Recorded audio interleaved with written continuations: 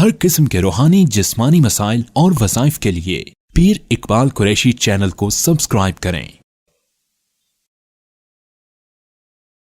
پیر طریقت رہبر شریعت حضرت مولانا حافظ محمد اقبال قریشی صاحب دامت برکاتہم کا کہ انہوں نے اس روحانی پر نور اجتماع میں اس فقیر کو دعوت دی اور آپ سے گفتگو کا موقع دیا۔ عملیات کے حوالے سے جو محنت حضرات کر رہے ہیں ان کی طرف جانے کا عاجز کا مزاج نہیں ہے، اپنا اپنا رخ ہوتا ہے۔ اس فقیر کا رخ ذکر اذکار کی طرف زیادہ ہے، لیکن مجھے جب دیکھا، میں نے میری ملاقات ہوئی حضرت مولانا پیر اقبال قریشی صاحب دامت برکاتہم سے، تو مجھے یہ اطمینان ہوا کہ یہ جتنے وظائف بتاتے ہیں وہ سارے وظائف قرآنی ہیں۔ جتنے وظائف بتاتے ہیں، میں نے تھوڑی سی سرچ کی۔ والد ماجد مرشد عالم محبوب العارفین حضرت مولانا پیر غلام حبیب نقشبندی نور اللہ مرکزہ مرض الوفات میں تھے، تو ہم 4 بھائی تھے، تو چاروں کو طلب فرمایا اور فرمانے لگے کہ بیٹا ایک میرے ساتھ عہد کرو کہ تمہارے پاس لوگ آئیں گے خانقاہ میں، کوئی بچے کی وجہ سے پریشان ہوگا، کوئی بچی کی وجہ سے پریشان ہوگا،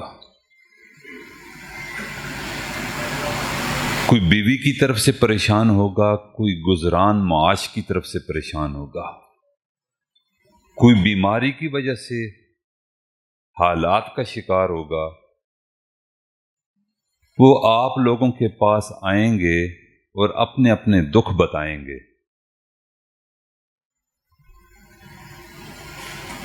میں آپ کو یہ نصیحت کرتا ہوں کہ ان کے دکھوں کو سن لینا، ان کے لیے دعا کرنا، لیکن ان کو تعویذ مت دینا، ان کو صرف رب کا در دکھانا۔ یہ مجھ سے کہا، بھائی جان سے کہا، چاروں بھائی ہم موجود تھے۔ یہ نہیں کہ یہ راستہ غلط ہے، یوں بھی فرمایا راستہ یہ ٹھیک ہے، لیکن اس راستے میں آزمائشیں ہوتی ہیں۔ میں تمہیں شارٹ کٹ ان آزمائشوں سے نکلنے کا اور نکالنے کا طریقہ بتا رہا ہوں کہ تم سالکین کو رجوع اللہ کی دعوت دینا، رجوع اللہ کی دعوت دینا کہ سارے بھائی اللہ سے جڑ جاؤ، سارے بھائی سنت سے جڑ جاؤ، اعمال کے ساتھ جڑ جاؤ۔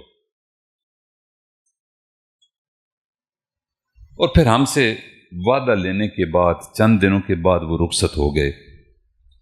الحمدللہ آج تک اس خانقاہ میں انہی کی تعلیم کردہ نصائح کے مطابق اس کا رخ چل رہا ہے۔ اللہ سے دعا ہے کہ اللہ تعالیٰ ان خانقاہوں کو آباد رکھے، اپنا اپنا طریقہ ہوتا ہے۔ حضرت مولانا پیر اقبال قریشی صاحب کی خانقاہ میں اور اس حوالے سے جتنے بھی وظائف دینے والی خانقاہیں ان میں پہلی مرتبہ میں حاضر ہوا، صرف اس وجہ سے کہ یہ قرآنی وظائف بتاتے ہیں۔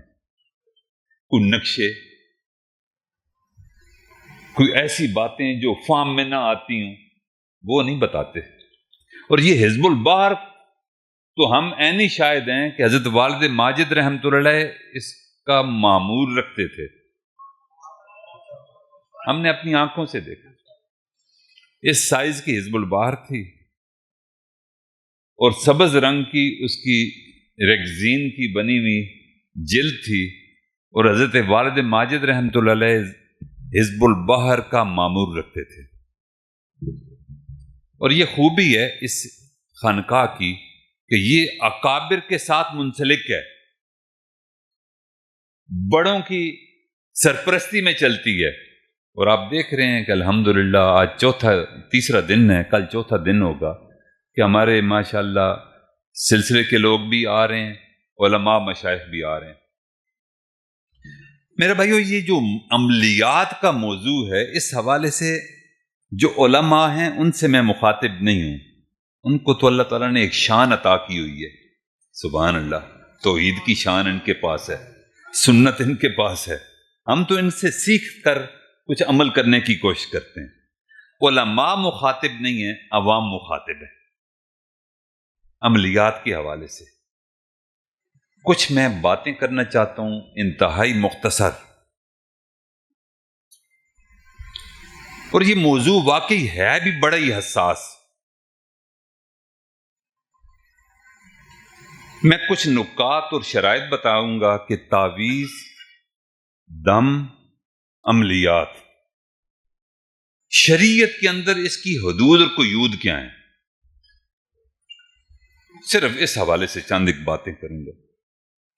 عوام میں سے جس کو کوئی میری بات اگر بری لگے تو میں دست بستہ پیش کی معافی بھی چاہتا ہوں، لیکن کیا کروں، قرآن و سنت کی روشنی میں کچھ باتیں بتانا ضروری ہیں۔ ہر قسم کی بیماری کی شفا کس چیز میں ہے؟ اللہ کے پاس ہے، اور قرآن میں شفا ہے۔ وَنُنَزِّلُ مِنَ الْقُرْآنِ مَا هُوَ شِفَاءٌ وَرَحْمَةٌ لِّلْمُؤْمِنِينَ، اور ہم قرآن میں وہ چیز نازل کرتے ہیں جو ایمان والوں کے لیے شفا اور رحمت ہے، شفا اور رحمت ہے۔ پھر ایک اور جگہ اللہ تعالیٰ ارشاد فرماتے ہیں قُلْ هُوَ لِلَّذِينَ آمَنُوا هُدًى وَشِفَاءٌ، آپ کہہ دیجئے میرے محبوب، آپ ارشاد فرما دیجئے کہ یہ قرآن ہدایت والوں کے لیے، ایمان والوں کے لیے ہدایت اور شفا ہے۔ لہذا قرآن سے دم کرنا، یہ میں آج ادھر یہاں جو بیٹھا ہوں اس وجہ سے کہ پیر اقبال قریشی صاحب قرآنی وظائف بتاتے ہیں، دم درود تعویذ قرآنی کرتے ہیں، مسنون دعائیں پڑھاتے ہیں، اللہ تعالیٰ کے اسماء مبارک کے ذریعے علاج فرماتے ہیں، اور یہ سب جائز اور مشروع طریقے ہیں، علماء کی تائید حاصل ہے۔ اس کے علاوہ جو کوئی نقش ہیں، کوئی خانے بنا رہا ہے، کوئی اعداد لکھ رہا ہے، کوئی نقشے بنا رہا ہے، یہ سارے کے ساری بدعتیں ہیں، ان کا قرآن و سنت کے ساتھ کوئی تعلق نہیں ہے، یہ بات واضح ہے۔ رسول اللہ صلی اللہ علیہ وسلم نے بھی صحابہ کرام رضوان اللہ تعالی علیہم اجمعین کو دم کی اجازت دی ہے۔ یہ تعویذ جو ہوتے ہیں نا، تعویذ اور دم کی اجازت دی ہے، لیکن ایک ساتھ بنیادی اصول اور ضابطہ بھی بتا دیا۔ اور نبی علیہ الصلوۃ والسلام قیامت تک کے لیے نبی ہیں بھائی، یا اس زمانے کے لیے تھے؟ قیامت تک کے لیے، قیامت تک کے لیے نبی ہیں، چنانچہ ان کا حکم بھی قیامت تک کے لیے ہے۔ فرمایا لا بأس بالرقاب ما لم تکن فیہ شرک، یعنی ایسے دم میں کوئی حرج نہیں جس میں شرک نہ ہو۔ کیا نہ ہو؟ شرک نہ ہو، ایسے دم میں کوئی حرج نہیں۔ یہ حدیث مبارکہ ہمارے لیے ایک عظیم اصول اور ضابطہ کس نے قائم کیا؟ آپ صلی اللہ علیہ وسلم۔ اس لیے ہر دم کو، ہر تعویذ کو اور ہر عمل کو کس کسوٹی پر پرکھا جائے گا؟ شریعت کی کسوٹی پر۔ اگر شریعت کی سند ہے، نبی علیہ الصلوۃ والسلام کا فرمان اس کی تائید میں ہے، اللہ کا قرآن عظیم الشان، اگر اس کی تائید کر رہا ہے تو یہ جائز ہے، اگر قرآن و سنت میں اس کی تائید نہیں تو وہ ناجائز اور حرام ہے۔ اس لیے عملیات کرنے والوں کے لیے جو پہلی شرط ہے نا، وہ یہ ہے کہ عقیدہ توحید کی حفاظت۔ کس چیز کی؟ کلمہ کہاں سے شروع ہوتا ہے؟ لا الہ الا اللہ۔ تو اس لیے پہلی شرط ہر عامل کے لیے جو تعویذ دیتا ہے، جائز ہے. وظائف دیتا ہے قرآنی، جائز ہے. نبی علیہ الصلوۃ والسلام کے مسنون اذکار بتاتا ہے، جائز ہے. لیکن شرک کا شائبہ تک نہ ہو، اس لیے ہر عامل کو چاہیے کہ توحید کا محافظ بن کر کھڑا ہو جائے. لوگوں نے آپ کے ساتھ رابطہ کرنا ہے، لوگوں کے نے آپ سے رجوع کرنا ہے. اگر آپ نے تھوڑی سی بھی چھوٹ دے دی، باقی گنجائش وہ خود نکال لیں گے. اس لیے پہلا جو شرط ہے ہر عامل کے لیے کہ وہ عقیدہ توحید کا محافظ ہو، اور وہ یہ یقین رکھے اور یقین دلائے لوگوں کو کہ شفا دینے والی ذات کون سی ہے؟ اللہ، کوئی اور ذات نہیں ہے شفا دینے والی. وَإِذَا مَرِضْتُ فَهُوَ يَشْفِينِ. جب میں بیمار ہوتا ہوں، جب آپ بیمار ہوتے ہیں، جب انبیاء کو کوئی صحت کا مسئلہ درپیش ہوتا ہے تو کون شفا دینے والی ذات ہے؟ اللہ. محبت سے پکاریے، اللہ اللہ اللہ اللہ. یہ خانقاہ ہے، اس خانقاہ میں یہ ذکر کرنے کے لیے، ہم اللہ کے ذکر کو بلند کرنے کے لیے اکٹھے ہوئے ہیں. تو پہلی شرط کیا ہے جی؟ عقیدہ توحید کا ہر عامل محافظ ہو. دوسری شرط، شرکیہ اور کفریہ کلمات سے اجتناب کرنے کا عہد کر کے اس خانقاہ سے جائے.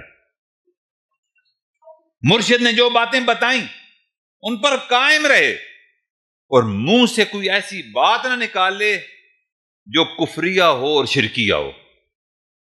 بعض ایسے عملیات کا کام کرنے والے کہتے ہیں نا، عجیب و غریب قسم کے الفاظ استعمال کرتے ہیں، نامعلوم قسم کے جنتر منتر کرتے ہیں،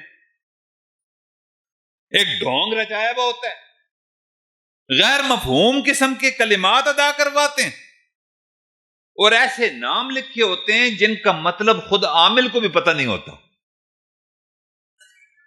لیکن ایک بیس، ایک بہروب بنایا ہوا ہوتا ہے. تو کسی عمل میں بھی اگر غیر اللہ سے مدد مانگی جائے، جنات کو پکارا جائے، جنات حاضر ناظر ہیں؟ نہیں. جنات کسی کو نفع دے سکتے ہیں، نقصان کسی کو دے سکتے ہیں. جنات کو پکارا جائے، شیاطین سے مدد لی جائے، یا ایسے کلمات ہوں جن میں شرک و کفر کا مفہوم نکلتا ہو. مفہوم بھی کسی بھی درجے میں شرک کا اور کفر کا مفہوم نکلتا ہو، وہ عامل نہیں، وہ شیطان کا چیلا ہے. بالکل پکی بات. تو ایسا عمل قطعاً جائز نہیں. مسلمان کا سہارا کون ہے؟ محبت سے پکاریے کون ہے؟ دعا کس سے مانگنی ہے؟ فریاد کس سے کرنی ہے؟ مدد کے لیے کس کو پکارنا ہے؟ اللہ. دو شرطیں ہوگی. تیسری شرط، ہر عمل کی بنیاد قرآن و سنت کو بنائی جائے. ہر عمل کی بنیاد کیا ہو؟ قرآن ہو. ہر عمل کی بنیاد نبی علیہ الصلوۃ والسلام کا فرمان عالی شان ہو. عامل کے لیے ضروری ہے کہ وہ قرآن سے وابستہ ہو. اور میں یہاں اس لیے آیا ہوں کہ یہ قرآنی وظائف بتاتے ہیں. سچ بات ہے، سچ بات ہے. میں آئی اس لیے ہوں، پہلی مرتبہ کسی ایسی خانقاہ میں حاضر ہوا ہوں تو یہ قرآن کے وظائف بتاتے ہیں. اسماء صفات کا تذکرہ جہاں ہوتا ہو وہ خانقاہ ہے، جہاں اللہ سے جوڑا جاتا ہو وہ خانقاہ ہے، جہاں ہر عمل کی بنیاد قرآن ہو، سنت ہو، وہ خانقاہ ہے. جس کا قرآن سے واسطہ نہیں اس کا شریعت سے واسطہ، جس کا نبی علیہ الصلوۃ والسلام کے فرمان سے واسطہ نہ ہو اس کا شریعت سے واسطہ کوئی نہیں. واسطہ ہو قرآن سے. سورۃ فاتحہ بتائی جائے کہ سورۃ شفا ہے. آیت الکرسی حفاظت کا کتنا بہترین عمل ہے. سورۃ الاخلاص تہائی قرآن پاک ہے. نبی علیہ الصلوۃ والسلام نے سورۃ فلق اور سورۃ الناس کی تعلیم فرمائی ہے. مسنون دعائیں بتائی ہیں. جاگو تو یہ دعا پڑھو، سونے سے پہلے یہ دعا پڑھو، ٹوائلٹ میں جاؤ تو یہ دعا پڑھو، ٹوائلٹ سے نکلو تو یہ دعا پڑھو، مسجد میں داخل ہو تو یہ دعا پڑھو، مسجد سے نکلو تو یہ دعا پڑھو، بازار میں جاؤ تو یہ دعا پڑھو۔ تو میرے بھائیو، جو اعمال یہ بتاتا ہے وہ عامل صحیح معنوں میں عامل بھی ہے اور کامل بھی ہے۔ جو قرآن و سنت سے ہٹ کر کوئی چیز بتاتا ہے وہ اپنی دکانداری تو چمکا رہا ہے، نہ وہ عامل ہے نہ وہ کامل ہے۔ تو اعمال کی بنیاد کیا ہونی ہے جی؟ قرآن اور سنت، یہ تیسری شرط۔ چوتھی شرط، ڈاکٹر صاحب ہمارے علاقے کے ماشاءاللہ پورے ملک سے لوگ آئے ہیں، الحمدللہ الحمدللہ، اور بتایا جا رہا ہے، مفتی عبداللہ صاحب بتا رہے ہیں کہ کوئی غیر ملک سے بھی لوگ آئے ہیں۔ سبحان اللہ، ہر مکتب فکر کے لوگ، یعنی ہر سیکٹ آف سوسائٹی کی بات کر رہا ہوں، اس کے لوگ یہاں موجود ہیں الحمدللہ۔ چوتھی شرط مختصر کرتے ہیں، جادو اور حرام عملیات سے مکمل اجتناب کرتا ہو۔ عامل وہ ہے، کامل وہ ہے جو عامل حرام عملیات، کیا کہتا ہو؟ سور کا خون لے آؤ، میں نے تعویذ لکھنا ہے، اللہ اکبر، فلاں چیز لے آؤ، فلاں نجاست لے آؤ، نجاست سے میں لکھوں گا، اور پھر عملیات ایسی کرنی کہ میاں بیوی کے درمیان تفریق ڈال دینی، کسی عمل کا نقصان کسی براہ راست فرد کو ہو رہا ہو، کسی کے نقصان کا اندیشہ ہو اور اس کے لیے وہ عمل کر رہا ہو، کسی کو محبت کے لیے مجبور کرنا، کسی کو اپنے تابع فرمان بنانا۔ اللہ، آج کل تعویذات اس لیے لوگ لیتے ہیں، ناجائز محبتوں کے حصول کے لیے لیتے ہیں، اور دینے والے دے رہے ہیں، کسی کے کاروبار کو نقصان پہنچانے کے لیے حسد کے مارے لوگ عاملین پیشہ ور ان کے پاس جاتے ہیں۔ آپ خوش قسمت ہیں کہ آپ ایک ایسی خانقاہ سے وابستہ ہیں کہ جہاں کسی حرام عمل کے لیے تعویذ نہیں دیا جاتا۔ تو جادو کا راستہ میرے بھائیوں انتہائی خطرناک ہے۔ جو شخص جادو کرتا ہے، جادو سیکھتا ہے، جادو کرواتا ہے یا لوگوں کو جادو کے ذریعے نقصان پہنچانے کی کوشش کرتا ہے، وہ اللہ تعالیٰ کی ناراضگی کا مستحق ٹھہرتا ہے، اس کا شریعت کے ساتھ کوئی تعلق نہیں، ایسے عامل کے شریعت کے ساتھ کوئی تعلق نہیں، یہ کفر ہے۔ یہ تھی چوتھی شرط۔ اور پانچویں شرط، جنات سے ناجائز تعلقات۔ بعض لوگ کہتے ہیں نا، میرے پاس جنات ہیں، میرے پاس جنات ہیں، میرے تابع جنات ہیں، میرے جنات نے بتایا کہ فلاں شخص نے جادو کیا ہے، نام لے لیتے ہیں۔ لیکن میرے بھائیوں بتاؤ کہ غیب کا علم کون جانتا ہے؟ اللہ۔ کوئی جن جانتا ہے، کوئی عامل جانتا ہے۔ جو عامل یہ دعویٰ کرے وہ بھی جھوٹا ہے، جو جنات سے اس کام کروانے کا دعویٰ کرے اور جان سے ملائے وہ بھی جھوٹا ہے۔ چھٹی شرط، غیب کا دعویٰ نہ کیا جائے۔ عامل کے لیے یہ انتہائی بہت ضروری ہے کہ کسی کے دل کا حال کون جانتا ہے؟ کسی کے گھر میں کیا ہوا کون جانتا ہے؟ کس نے جادو کیا کون جانتا ہے؟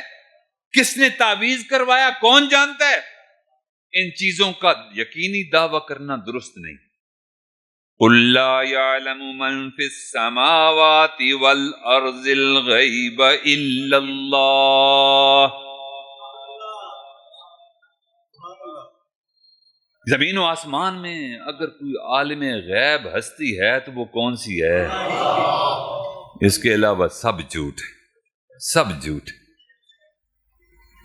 علماء میرے مخاطب نہیں ہیں، یہ میں پہلے عرض کر رہا ہوں، وہ تو میرے ان کے جوتے میرے سر کا تاج۔ میں عوام کے لیے یہ باتیں کر رہا ہوں، کوئی بے ادبی نہ ہو جائے۔ یقیناً آپ اللہ تعالیٰ کے جو علماء بیٹھے ہیں، مقرب بندے ہیں، اللہ تعالیٰ نے آپ کو چنا ہے. اللہ تعالیٰ نے ثم اورثنا الکتاب الذین اصطفینا من عبادنا، اللہ تعالیٰ نے اپنے بندوں سے علماء کو چنا ہے اس کام کے لیے، کتاب کے لیے. تو اس لیے آپ کہہ دیجئے، محبوب کو بھی کہا کہ آسمان اور زمین میں اللہ کے سوا کوئی غیب جانتا نہیں. اگر کوئی شخص ہر مریض سے کہے کہ تم پر جادو ہے، فلاں شخص نے کیا ہے، تمہارا جو دشمن ہے فلاں رشتہ دار ہے، تو دو خاندانوں میں فساد پیدا ہوتا ہے، اور فساد کس کا کام ہے؟ شیطان کا کام ہے. تو عامل کو چاہیے کہ گھروں کو توڑنے کی بجائے ان کی اصلاح کی فکر اور دعائیں مانگنا شروع کر دے. 7ویں شرط، ہر بیماری کو جادو نہ کہا جائے کہ جادو کیا ہوگا کسی نے. نہیں، بعض اوقات انسان کسی جسمانی بیماری میں مبتلا ہو سکتا ہے، لیکن جو اس کو براہ راست یوں کہہ دیتا ہے کہ تم پر جادو ہے، تو کوئی بھی ذہنی طور پر پریشانی میں مبتلا شخص اور زیادہ پریشان ہو جاتا ہے. اگر اسے کہا جائے تم پر جن ہے، تو حکمت سے کام لینا ہے نا مولانا.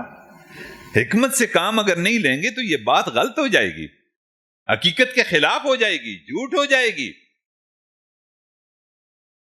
کسی کے اندر گھریلو اختلاف بھی ہو سکتا ہے، میاں بیوی کے درمیان ہو جاتی ہے مس انڈرسٹینڈنگ، باپ بیٹے کے درمیان ہو سکتی ہے، ماں بیٹی کے درمیان ہو سکتی ہے، اور اس کو کہہ دینا تم پر کوئی بندش ہے. بھائی نہیں، یہ ٹھیک نہیں، یہ درست طریقہ نہیں.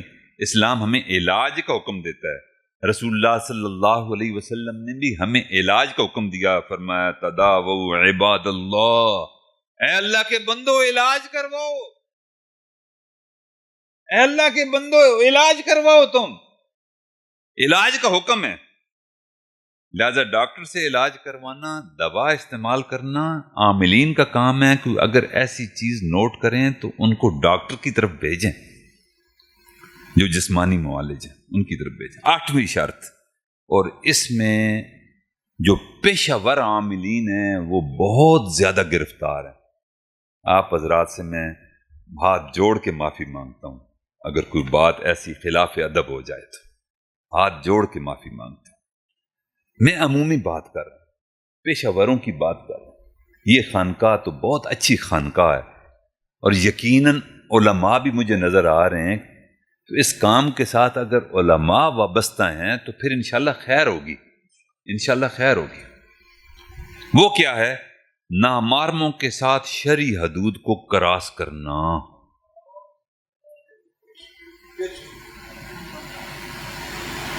بے پرد ہو کر دیکھنا، بغیر محرم کے ملنا.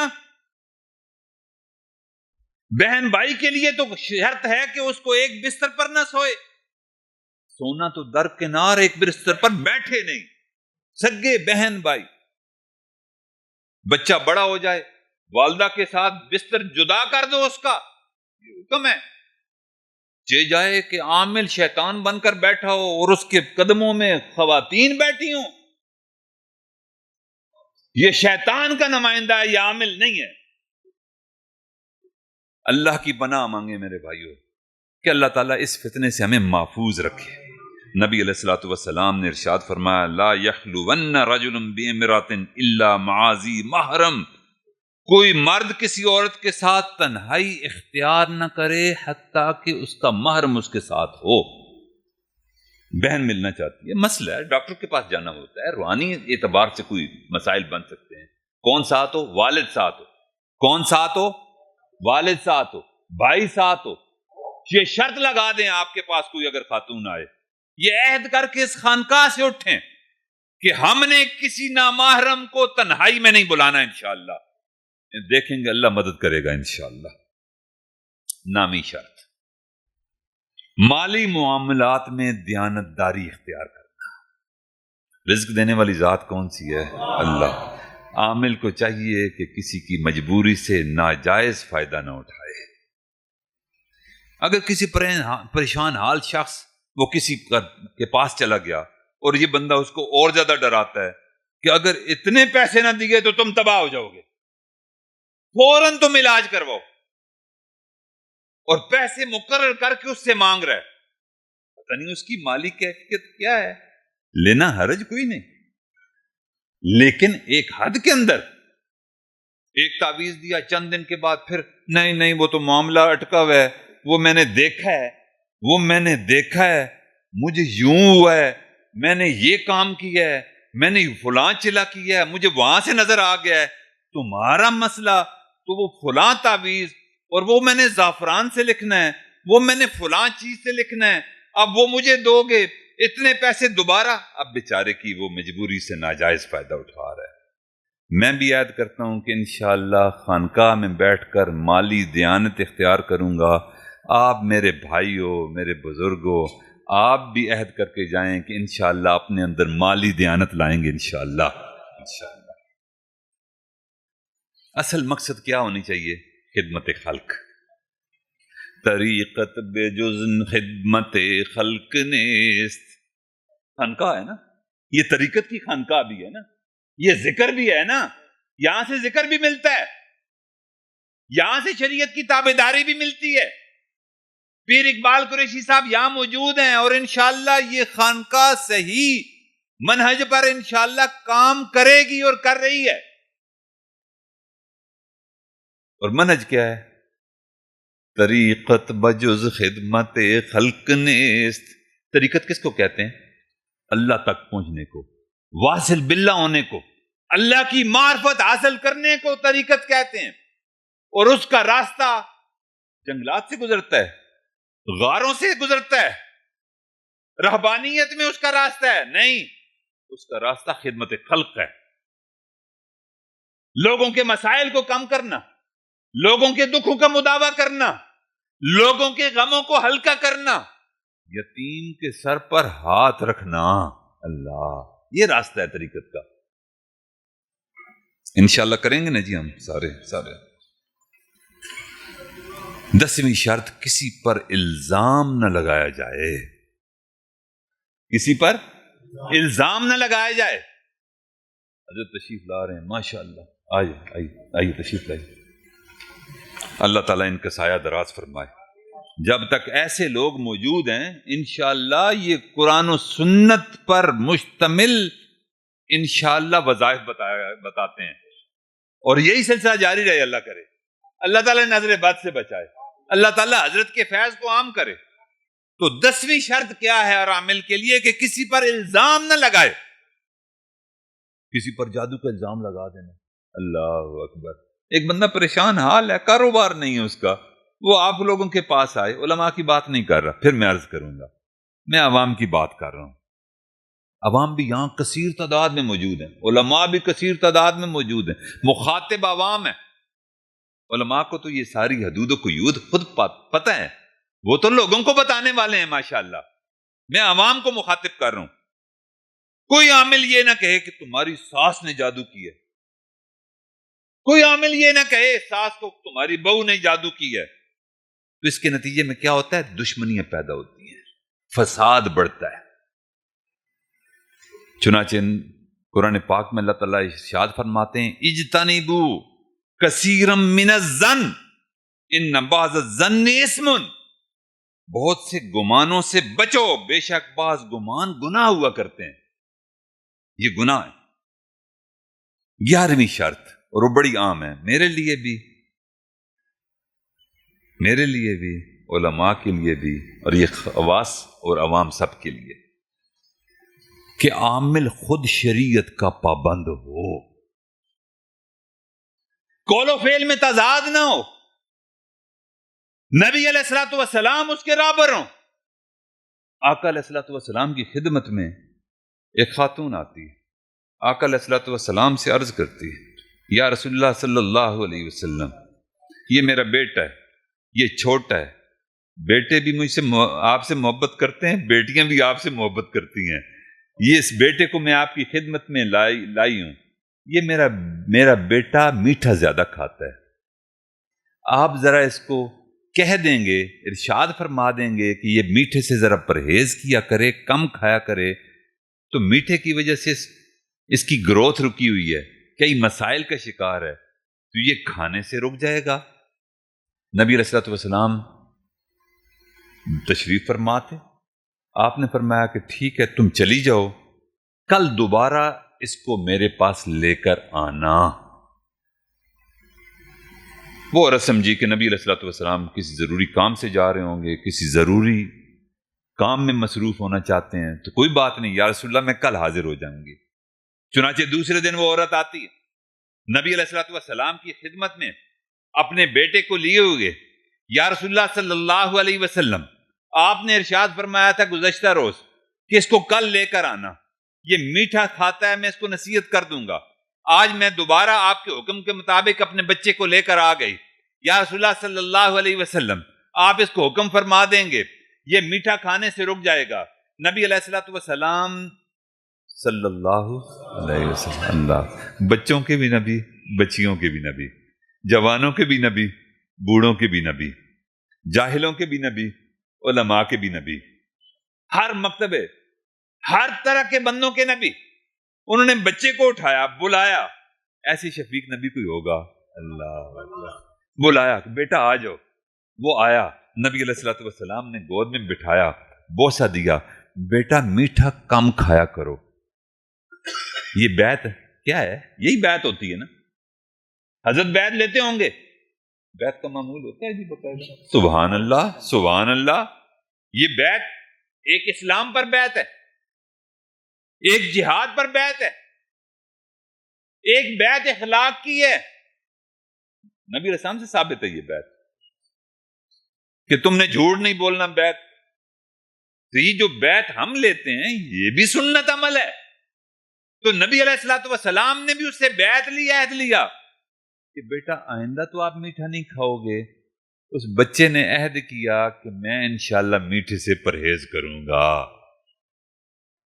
ماں کہنے لگی یا رسول اللہ صلی اللہ علیہ وسلم اگر آپ اجازت دیں تو میں ایک سوال کروں؟ جی جی پوچھئے۔ یہ چند جملے جو آپ نے بچے سے عہد کے طور پر آپ نے بلوائے ہیں، یہ آپ گزشتہ روز بھی کہہ سکتے تھے، عہد لے سکتے تھے، آج کیوں لیا اور اگلے دن مجھے بلوایا؟ سمجھنے کے لیے، اعتراض نہیں، جاننے کے لیے سوال صحابہ کرتے تھے، کوئی حجت ہی نہیں تھی۔ اس صحابیہ نے یہی سوال کیا تو نبی علیہ الصلوۃ والسلام نے فرمایا بیٹا دیکھو میں نے اس کو آج نصیحت کی ہے، اس نصیحت پر اس نے آمین کہا، میں نے کل خود میٹھا کھایا ہوا تھا، میں کس منہ سے اس کو نصیحت گزشتہ روز کرتا؟ میں نے خود میٹھا کھایا ہوا اور اس سے عہد لیتا رہوں کہ میٹھا نہ کھانا۔ اس کے جاننے کے بعد میں نے پرہیز شروع کیا، کل اس وقت سے لے کر اب تک میں نے میٹھا نہیں کھایا، اس لیے میں اس بچے کو بھی نصیحت کرنے کے قابل ہوا کہ بیٹا میٹھا نہ کھانا۔ عامل خود شریعت کا پابند ہو، دوسروں کو قرآن پڑھنے کا کہہ رہا ہو، خود تلاوت نہ کرتا ہو، دوسروں کی نماز کو تلقین کے بارے میں کہہ رہا ہو۔ ماشاءاللہ یہ تو نورانی ماحول ہے، میں عمومی بات کر رہا ہوں، پیشہ ور عاملین کی بات کر رہا ہوں۔ یہاں تو ماشاءاللہ مسجد میں بیٹھے ہیں، نماز کی پابندی تو ہو رہی ہے الحمدللہ۔ تو ایسے بے نمازی عامل ہم نے دیکھے ہیں۔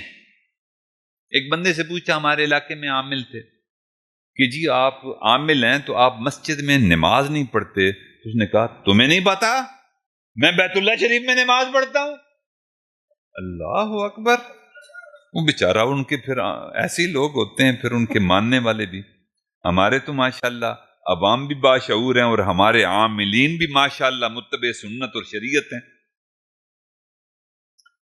حلال و حرام کا خیال رکھے عامل، جھوٹ سے بچے، تکبر سے بچے، لوگوں کو دھوکہ نہ دے، اپنی ذات کو مرکز نہ بنائے، مرکز اللہ اور رسول اللہ کو بنائے۔ اس کا یہ کام نہیں کہ لوگ کہیں فلاں عامل سب کچھ جانتا ہے۔ جو یہ کہتا ہے نا کہ فلاں عامل سب کچھ جانتا ہے، وہ جھوٹا ہے، شیطان کا پیروکار ہے۔ جاننے والی ذات کون سی ہے؟ 12ویں شرط، لوگوں کو اللہ تعالی سے جوڑے۔ ایک سچا عامل لوگوں سے کہے گا نماز پڑھو بھائی، توبہ کرو بھائی، قرآن پڑھو، ذکر کرو، صدقہ دو، حلال کماؤ، حرام سے بچو، شریعت کی اتباع کرو، یہ سچا عمل بتائے گا۔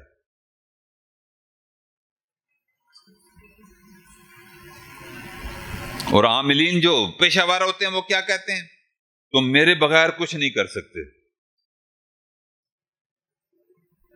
تم میرے بغیر کچھ نہیں کر سکتے۔ ایک اہم بات، ایک انتہائی ضروری بات اس حوالے سے میں آپ کی خدمت میں عرض کرنا چاہتا ہوں، ہر مسئلے کا علاج تعویذ نہیں ہے، ہر مسئلے کا علاج تعویذ نہیں ہے، ہر مسئلے کا حل تعویذ نہیں۔ کبھی انسان گناہ میں مبتلا ہو جاتا ہے اور چاہتا کیا ہے؟ تعویذ مل جائے۔ گناہ بندہ کرتا رہے اور تعویذ باندھتا رہے تو وہ تعویذ کسی کام کا نہیں۔ سب سے بڑا تعویذ یہ ہے کہ اللہ کی معصیت سے انسان توبہ تائب ہو جائے، گناہ اپنی زندگی سے نکال دے، گناہ کا شائبہ تک بھی اس بندے کے ذہن میں نہ رہے جو عامل ہو، جو عامل کے پاس آیا ہو۔ کبھی انسان نماز نہیں پڑھتا،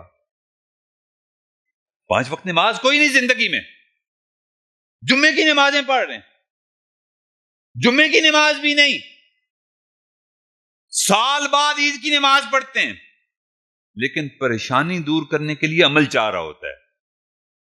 اس کے لیے عمل کی ضرورت نہیں، اس کے لیے اعمال کی ضرورت ہے، اس کے لیے نماز کی ضرورت ہے۔ کبھی انسان حرام کمائی کماتا ہے، لیکن برکت کے لیے کیا مانگ رہا ہوتا ہے؟ تعویذ دے دیں۔ اور بھائی رشوت کی کمائی ہے، ظلم کی کمائی ہے، ممنوعات میں سے رزق مل رہا ہے، جھوٹ کی کمائی ہے، اور چاہتا کیا ہے؟ برکت مل جائے گی۔ تو بھائی ایسا تعویذ کسی کام کا نہیں ہے۔ کبھی میاں بیوی ایک دوسرے کے حقوق ادا نہیں کرتے، لیکن گھر کے سکون کے لیے کیا چاہ رہے ہوتے ہیں؟ کوئی عمل بتا دیں جی، کوئی تعویذ دے دیں۔ او بھائی ایک دوسرے کے حقوق کو تو پہلے پہچانو نا۔ یاد رکھیے زندگی کی بہت سی پریشانیوں کا علاج تعویذ نہیں، توبہ ہے۔ زندگی کے بہت سے مسائل کا علاج نقش نہیں، نماز ہے۔ بہت سی بے برکتیوں کا علاج عملیات نہیں بلکہ حلال کمائی ہے، اور بہت سے گھریلو مسائل کا علاج جادو توڑنا نہیں بلکہ حسن اخلاق ہے، صبر ہے، اور حقوق کی ادائیگی ہے۔ اس لیے محترم حضرات، تعویذ، دم اور عملیات کا میدان ایک امانت ہے۔ میں علماء سے ہٹ کے بات کر رہا ہوں، علماء تو اس چیز کو سمجھتے ہیں، کافی علماء یہاں حضرت کے حلقے کے ماشاءاللہ مریدین ان کے موجود ہیں۔ میں عوام کے لیے بات کر رہا ہوں۔ جو شخص بھی اس میدان میں کام کرتا ہے اسے یاد رکھنا چاہیے کہ لوگوں کی کمزوریوں کے ساتھ معاملہ کر رہا ہے۔ اللہ بھیجتے ہیں ان کو آپ کی طرف۔ اس کے پاس آنے والا عموماً بندہ پریشان ہوتا ہے، خوفزدہ ہوتا ہے، بیمار ہوتا ہے یا کسی مشکل میں ہوتا ہے۔ اس لیے ایسے پریشان حال، خوف زدہ اور مشکل کا شکار بندے کے ساتھ دھوکہ کرنا، اس سے ڈرانا اور اس کے گھر میں فساد ڈالنا اور اس سے ناجائز مال لینا اور اسے اللہ تعالیٰ کی بجائے اپنے ساتھ وابستہ کرنا، یہ بہت بڑا ظلم ہے۔ صحیح طریقہ کیا ہے؟ قرآنی وظائف بتائے جائیں۔ حضرت میں نے آپ کی ویڈیوز دیکھی، یقین کیجئے میں پہلی دفعہ کسی وظائف والی خانقاہ میں آیا ہوں، پہلی مرتبہ۔ میں نہیں جاتا، مجھے دعوت ملتی ہے میں معذرت کر لیتا ہوں۔ میں پہلی مرتبہ میں نے آپ کی ویڈیوز دیکھی، میں نے دیکھا کہ آپ قرآنی وظائف بتاتے ہیں، آپ مسنون اذکار بتاتے ہیں۔ تو اس لیے میرے بھائیو ہم نے توحید کی حفاظت کرنی ہے انشاءاللہ، شرک سے اجتناب کرنا ہے، حرام عملیات سے دوری اختیار کرنی ہے، اور نامحرموں سے شرعی پردہ کرنا ہے، دیانت غیب کے دعوے سے پرہیز کرنا ہے، اور لوگوں کو اپنے ساتھ نہیں اللہ کے ساتھ جوڑنا ہے، اللہ کے ساتھ جوڑنا ہے۔ یہ پرانے ہمارے جو اللہ والے تھے یہ حکمت اختیار کر کیا کرتے تھے، حکمت کا شعبہ، طب کا شعبہ کس لیے اختیار کرتے تھے؟ کہ لوگ پریشان ہوں گے، بیماری کیا تو وہ ہمارے پاس آئیں گے، ہم ان کو ان کی بیماری کی دوا بھی تجویز کریں گے اور ان کو بتائیں گے کہ بھائی نماز بھی پڑھا کرو، روزے بھی رکھا کرو، توبہ بھی کرو، ہو سکتا ہے یہ بیماری اللہ تعالیٰ تمہاری توبہ کی وجہ سے ٹال دے، یہ جو مالی اسرت ہے ہو سکتا ہے توبہ کی وجہ سے ختم ہو جائے، یہ جو گھر کے اندر جھگڑے ہیں یہ توبہ کی وجہ سے ختم ہوں گے۔ یہ حکمت کا شعبہ ہمارے بڑے اس لیے استعمال کیا کرتے تھے اس کو۔ اللہ سے دعا ہے کہ اللہ تعالیٰ آپ سب کی حاضری کو قبول و منظور فرمائے۔ یقیناً آپ تیسرا دن ہے، آپ حضرت کی معیت میں یہاں اعتکاف کی حالت میں حزب البحر، میں نے بتایا میں نے اپنے زندگی میں دیکھا کہ حضرت مرشد عالم رحمۃ اللہ علیہ باقاعدگی سے حزب البحر پڑھا کرتے تھے، میں آگے بتا چکا ہوں۔ مجھے اپنے والد صاحب رحمۃ اللہ علیہ سے حزب البحر کی اجازت ہے، الحمدللہ۔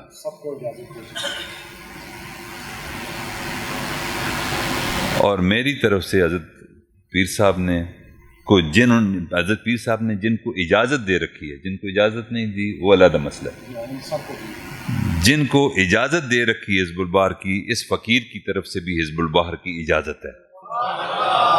اللہ تعالیٰ خانقاہ اقبالیہ قریشیہ کے مسند نشین، پیر طریقت، رہبر شریعت حضرت مولانا حافظ اقبال قریشی صاحب دامت برکاتہم کا سایہ آپ پر تادیر قائم دائم رکھے، ذکر کے ساتھ اس خانقاہ کو آباد رکھے، اور یہ خانقاہ اللہ سے جوڑنے کا ذریعہ اللہ تعالیٰ اس کو بنا دے۔